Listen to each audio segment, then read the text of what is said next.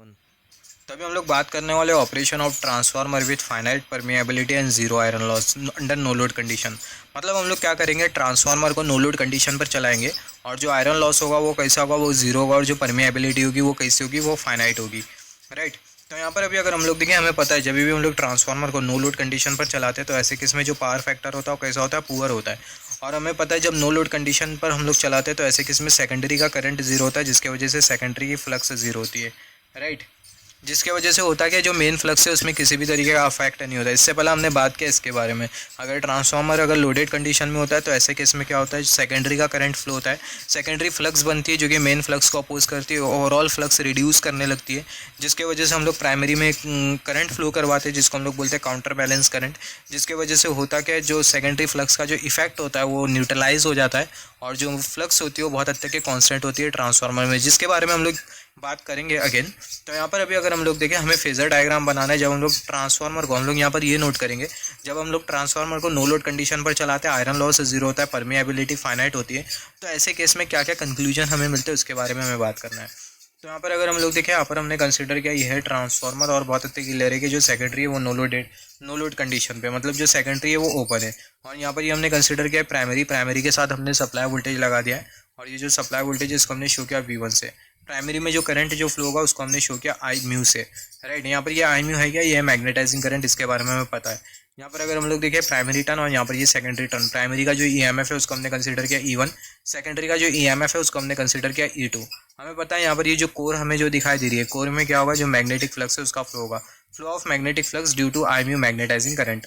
यहाँ पर जैसे कि हमने बात किया E1 है क्या, जो E1 है वो ईएमएफ है प्राइमरी वाइंडिंग का, जो E2 हमें जो दिखाई दे रहा है वो है क्या, ईएमएफ है सेकेंडरी वाइंडिंग का, ईएमएफ ऑफ सेकेंडरी वाइंडिंग। और जो आई म्यू हमें जो दिखाई दे रहा है ये है क्या, magnetizing component of no load current. I mu है क्या, ये है magnetizing component of no load current required to produce flux phi.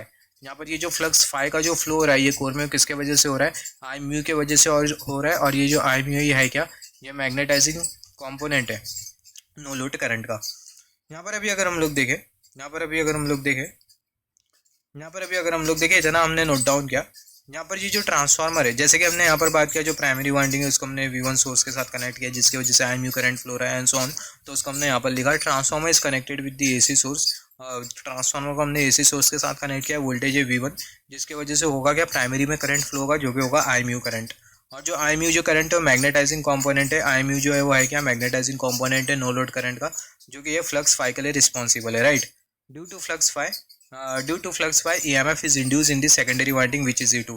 ये फ्लक्स फाई के वजह से होगा क्या, फ्लक्स फाई के वजह से ये जो सेकेंडरी वाइंडिंग है इसमें EMF इंड्यूस होगा जिसको हमने कंसिडर किया E2 EMF। राइट। यहाँ पर अभी अगर हम लोग देखें, यहाँ पर ये जो आई म्यू जो करंट है ये किसके बराबर में होगा, बराबर में होगा IM sin ओमेगा टी के। राइट। और सिमिलरली यहाँ पर ये जो फाई हमें जो फ्लक्स जो दिखाई दे रही है बराबर में होगी M sin ओमेगा टी के। और जो E2 जो EMF है वो बराबर में होगा, हमें पता है जो EMF है वो डिपेंड करता है नंबर ऑफ टर्न्स के ऊपर, जो वोल्टेज वो डिपेंड करता है टर्न्स के ऊपर। राइट। तो जो E2 होगा बराबर में होगा ये सेकेंडरी का जो नंबर ऑफ टर्न्स है वो, जो कि N2। राइट। तो जो E2 है बराबर में होगा N2 और यहाँ पर ये ओमेगा, यहाँ पर ये M और sin omega T minus 90 degree. और सिमिलरली जो E1 होगा बराबर में होगा N1 के, जो N1 है क्या, प्राइमरी का टर्न, और यहाँ पर ये omega M sin omega T minus 90 degree. यहाँ पर ये जो हमें जो चार जो इक्वेशन जो मिले, चार इक्वेशन के हेल्प से हम लोग बनाएंगे फेजर डायग्राम, और फेजर डायग्राम से हम लोग इंपॉर्टेंट पॉइंट को नोट डाउन करेंगे। राइट। यहाँ पर अभी अगर हम लोग देखें, यहाँ पर ये जो V1 जो वोल्टेज जो किसके बराबर में होता है, वो माइनस C1 के बराबर में होता है। जो E1 होता है V1 वोल्टेज को क्या करता है, अपोज करता है। जो EMF है वाइंडिंग का वो ये सप्लाई को क्या करता है, अपोज करता है अकॉर्डिंग टू द लेंज़ेस लॉ, जिसकी वजह से V1 is equal to minus C1। यहाँ पर अभी अगर हम लोग देखें, यहाँ पर अभी हमें जो आउटकम जो मिला इसके हेल्प से हम लोग बनाएंगे बेसिकली फेजर डायग्राम।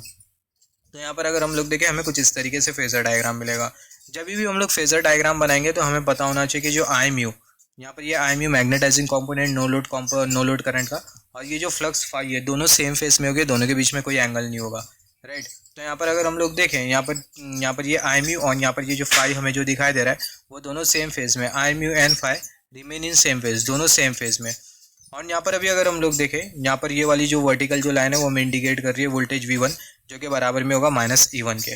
और यहाँ पर अगर हम लोग देखें, यहाँ पर ये वाला जो फेजर है E1 फेजर, और यहाँ पर ये E2 फेजर, E2 फेजर हमें क्या इंडिकेट कर रहे हैं, E1 EMF और E2 EMF। यहाँ पर बहुत होता है कि ले रहे कि जो E1 और जो E2 जो फेजर है वो दोनों सेम फेज में। राइट। और यहाँ पर अगर हम लोग देखें, यहाँ पर ये जो आई म्यू और ये जो फाई है ये दोनों यहाँ पर ये आई म्यू और यहाँ पर ये फाई, आई म्यू है क्या magnetizing component no load current का, और ये फाई फ्लक्स दोनों सेम फेज में, और ये दोनों क्या कर रहे हैं, ये दोनों लैग कर रहे हैं किसको, V1 को लैग कर रहे हैं, राइट। तो यहाँ पर अभी अगर हम लोग देखें हमें क्या क्या पता होना चाहिए, फेजर डायग्राम हमें कुछ इस तरीके से मिलेगा, और यहाँ पर हमें ये पता चल गया है कि जो E1 और जो E2 है प्राइमरी और सेकेंडरी का EMF दोनों सेम फेज में हो गए, और जो आई म्यू और जो फाई है यहाँ पर ये जो आई म्यू, यहाँ पर ये आई म्यू और जो फाई है वो क्या कर रहे हैं, लैग कर रहे हैं किसको, V1 को लैग कर रहे हैं। I mu and phi lagging V1 कितने डिग्री से, 90 डिग्री से, और जो आई म्यू है और जो आई म्यू उसको हमने एज अ रेफरेंस कंसिडर किया, यहाँ पर ये जो आई म्यू है इसको हमने रेफरेंस कंसिडर किया है, और यहाँ पर जैसे कि हमने बात किया आई म्यू और जो फाई है दोनों सेम फेस में हो गए, और यहाँ पर अगर हम लोग देखें V1 is equal to minus E1, जैसे कि हमने बात किया V1 और जो E1 हो गए वो एक दूसरे से 90 डिग्री आउट ऑफ फेस हो गए, राइट। तो कुछ इस तरीके से जो फेजर है बहुत इंपॉर्टेंट है जो कि हम लोग आगे भी कंसिडर करेंगे, राइट। तो कुछ इस तरीके से हमें फेजर डायग्राम मिलेगा जब ट्रांसफार्मर नो लोड कंडीशन पे होगा, जब ट्रांसफार्मर को हम लोग नो लोड पर चला रहे होंगे, और जब आयरन लॉस ज़ीरो होगा और परमिएबिलिटी कैसी होगी, वो फाइनाइट होगी। अभी हम लोग कंसिडर करेंगे जो आयरन लॉस है वो नॉन ज़ीरो है, राइट। तो यहाँ पर अगर हम लोग देखें, note that when we consider iron loss, जब हम लोग आयरन लॉस को कंसिडर करेंगे, आयरन लॉस को नॉन जीरो एज्यूम करते हुए चलेंगे, तो एडिशनल करंट एग्जिस्टेंस में आ जाएगा जो कि होगा IW, और जो वर्किंग प्रिंसिपल होगा ट्रांसफार्मर का वो सेम होगा, फ्लक्स की वजह से सेकेंडरी में बनेगा EMF E2 और जो E1 जो EMF होगी वो सेम फेज में होगी एंड सो ऑन। तो बात करते हैं उसी के बारे में। तो यहाँ पर अभी अगर हम लोग देखें operation of transformer with finite permeability और नॉन जीरो आयरन लॉस, मतलब आयरन लॉस एग्जिस्ट करेगा। तो यहाँ पर अगर हम लोग देखें due to iron loss additional current comes into existence, iron loss की वजह से होगा कि एडिशनल करंट एग्जिस्टेंस में आ जाएगा, और वो जो एडिशनल करंट है उसको हम लोग शो करेंगे IW से। यहाँ पर ये जो IW ये है क्या, ये है core loss component no load current का। जो IW है इसको हम लोग बोलते हैं core loss component of no load current, और जो IMU है इसको हम लोग बेसिकली बोलते हैं magnetizing component of no load current. तो जो IW है ये बेसिकली कोर लॉस कॉम्पोनेंट है नो लोड करंट का, और जो IMU है ये है क्या, मैग्नेटाइजिंग कॉम्पोनेंट कौन से करंट का, नो लोड करंट का। यहाँ पर अभी अगर हम लोग देखें जो वर्किंग प्रिंसिपल होगा वो सेम ही होने वाला है, वर्किंग प्रिंसिपल में किसी भी तरीके का चेंज नहीं होगा। यहाँ पर अभी अगर हम लोग देखें फेजर के बारे में हम लोग बात करेंगे, सबसे पहला यहाँ पर ये जो IW और जो IMU है दोनों के बीच में जो डिफरेंस है उसके बारे में बात कर लेते हैं। Difference between IW and IMU, तो यहाँ पर हमने कंसिडर किया IMU और यहाँ पर ये IW। यहाँ पर ये जो IMU है इसको हम लोग बोलते हैं magnetizing component no load current का, और जो IW है इसको हम लोग बोलते हैं core loss component no load current का, core loss component no load current का।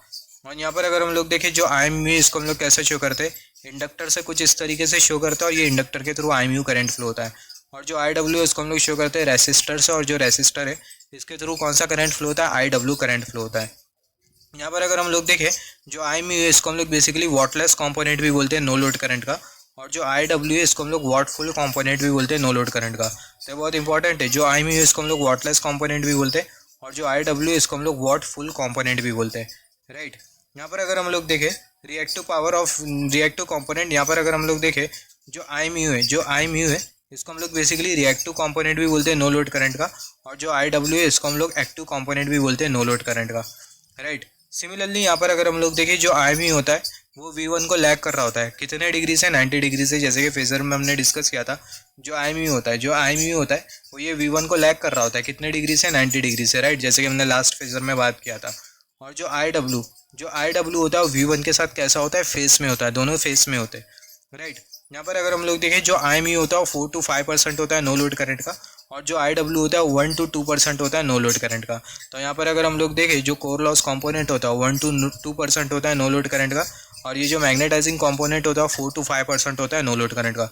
तो बहुत हद तक क्लियर है कि जो मैग्नेटाइजिंग कंपोनेंट है वो ज़्यादा as compare to core loss component. उसका रीज़न ये, जैसे कि हमें पता है जो मैग्नेटाइजिंग करंट है वो ज़्यादा, मैग्नेटाइजिंग करंट की ज़्यादा रिक्वायरमेंट होती है, तभी जाके हमारी मशीन में जो फ्लक्स होगी वो कांस्टेंट होगी। तो यहाँ से हम लोग रिलेट कर सकते हैं कॉन्सेप्ट को लॉन्ग टर्म के लिए मेमोराइज करने के लिए, कि जो मैग्नेटाइजिंग कंपोनेंट होता है वो ज़्यादा होता है as compare to core loss component. Magnetizing component अगर 4 to 5% होता है तो ऐसे केस में जो कोर लॉस कंपोनेंट होगा 1% से 2% होगा।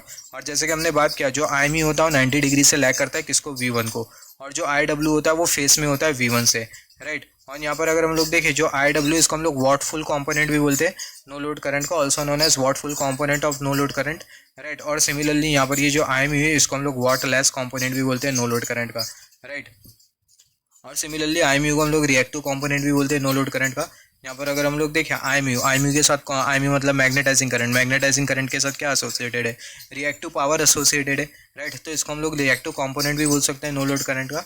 और यहाँ पर ये जो आई डब्ल्यू है इसको हम लोग एक्टिव कंपोनेंट बोलेंगे नो लोड करंट का, active component of no load current, right. तो अभी बात कर लेते हैं फेजर डायग्राम के बारे में। जो फेजर होगा वो हमें किस तरीके से मिलेगा। यहाँ पर जो लास्ट से हमने जो फेजर जो कंसीडर किया था सेम हमें यहाँ पर भी मिलेगा। यहाँ पर हमें रेफरेंस कंसीडर किया आई म्यू का फेजर और उसके साथ जो फाई का जो फेजर होगा वो दोनों इन फेज हो गए, राइट। यहाँ पर अभी अगर हम लोग देखें यहाँ पर ये जो फेजर है वो किसका है, वो है V1 का। और यहाँ पर अगर हम लोग देखें ये वाला जो फेजर हमें जो दिखाई दे रहा है कर्सर की टिप, ये वाला जो फेजर है ये है V1 वोल्टेज का। और यहाँ पर ये वाला जो फेजर है वो किसका है, वो है IW का। जैसे कि हमने बात किया था जो IW और जो V1 है वो दोनों सेम फेज में रहते हैं। IW remain in phase with V1। तो यहाँ पर अगर हम लोग देखें यहाँ पर ये वाला जो फेजर है वो किसका है, वो है V1 का ऊपर वाला। और ये वाला जो फेजर है नीचे वाला वो IW का है। तो जो V1 और जो IW दोनों सेम फेज में, राइट। यहाँ पर हमने कंसिडर किया ये है आई म्यू और यहाँ पर ये IW। हमने बात किया है कि जो आई म्यू होता है वो ज़्यादा होता है एज़ कम्पेयर टू IW। यहाँ पर अभी अगर हम लोग देखें यहाँ पर ये वाला फेजर किसका है, E1 EMF का। और ये वाला जो फेजर है E2 EMF का है।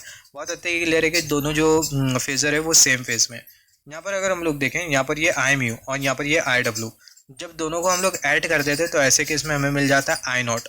और जो I0 है उसके बारे में हमने बात किया है। जो I0 है ये है क्या, जो I0 है नो लोड करंट है, जिसको हम लोग बेसिकली एक्साइटिंग करंट भी बोलते हैं, राइट। तो यहाँ पर अगर हम लोग देखें I0 जो कि है नो लोड करंट, जिसको एक्साइटिंग करंट भी बोलते हैं, ये सम के बराबर में होता है IW स्क्वायर प्लस आई म्यू स्क्वायर के। तो यहाँ पर अभी अगर हम लोग देखें यहाँ पर अभी हम लोग क्या करेंगे, यहाँ पर हमें दिखाई दे रहा है आई म्यू, राइट। यहाँ पर अगर हम लोग देखें यहाँ पर ये आई म्यू और यहाँ पर ये IW। अभी हमें दोनों का क्या करना है, दोनों का हमें सम कंसिडर करना है, जिससे हमें क्या मिल जाएगा, हमें मिल जाएगा I0। अभी दोनों का सम कैसा कंसिडर करेंगे, आई म्यू से हम लोग कुछ इस तरीके से डॉटेड लाइन बनाएंगे, IW से हम लोग कुछ इस तरीके से डॉटेड लाइन बनाएंगे। डॉटेड लाइन ये पर्टिकुलर पॉइंट पर आके करेगी इंटरसेक्ट। ये पर्टिकुलर पॉइंट से हमें कुछ इस तरीके से फेजर मिल जाएगा। और ये जो फेजर है वो हमें क्या इंडिकेट कर रहा है, I0 का फेजर है। ये जो फेजर है ये बेसिकली I0 का फेजर है। और जो I0 है वो है क्या, नो लोड करंट, जिसको मैग्नेटाइजिंग करंट भी बोलते हैं। और यहाँ पर ये जो एंगल हमें जो मिल रहा है इसको हमने शो किया φ0 से। और जो φ0 ये है क्या, जो φ0 है वो basically no load power factor है। और जो no load power factor angle है वो 70 डिग्री से 75 डिग्री के बीच में एग्जिस्ट करता है। No load power factor angle 70 degree से 75 डिग्री के बीच में एग्जिस्ट करता है। ये बहुत इंपॉर्टेंट है, राइट। तो यहाँ पर अगर हम लोग देखें हमें कुछ इस तरीके से फेजर मिलेगा, हमें कुछ इस तरीके से फेजर मिलेगा, राइट। सिमिलरली नेक्स्ट हम लोग बात करते हैं। यहाँ पर अभी अगर हम लोग देखें यहाँ पर हमने क्या डिस्कशन किया, जब हम लोग आयरन लॉस कंसिडर करते हैं तो ऐसे केस में कोर लॉस कंपोनेंट भी आ जाता है नो लोड करंट का। फेजर हमें कुछ इस तरीके से मिलता है, राइट। और यहाँ पर ये IW और ये आई म्यू दोनों का जो सम होता है वो हमें क्या दे देता है, I0 करंट दे देता है। फिर उसके बाद हमने आई म्यू और जो IW है दोनों के बीच का जो डिफरेंस है उसके बारे में हमने बात किया, राइट।